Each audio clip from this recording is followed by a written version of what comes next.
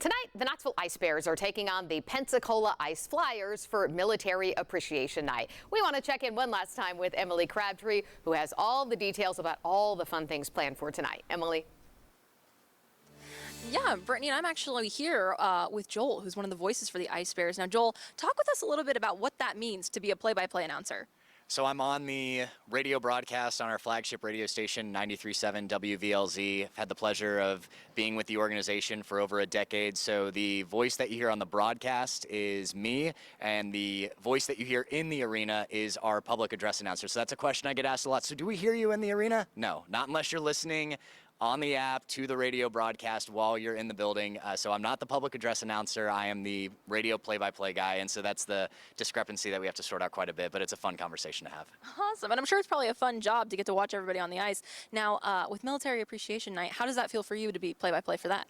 It's always a lot of fun. This is always a very big deal for us. Our vice president and now new general manager, Dave Feather, served. We've had several veterans on our staff over the years. One of our owners served in the military, and so we're always grateful for the men and women that have made our country a better place over the years. And so we always have a military appreciation night every year. Every single home game, there's a service member of the game, so somebody's being honored at every home game. But tonight is where we really get to emphasize how great that is and how significant it is for our community and our country.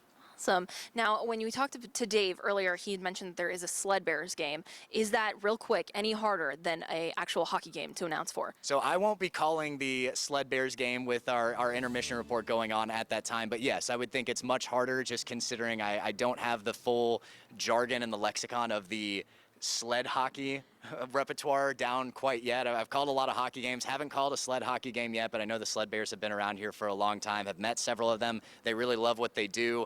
I know that some of our guys, I think, have tried sled hockey at times, did not go well, so it's always a lot of fun. Yeah, and I'm sure it probably is hard. Brittany, we're gonna have to work on our core strength for that, but first we're gonna send things back to you, and maybe you can take us to the training route here.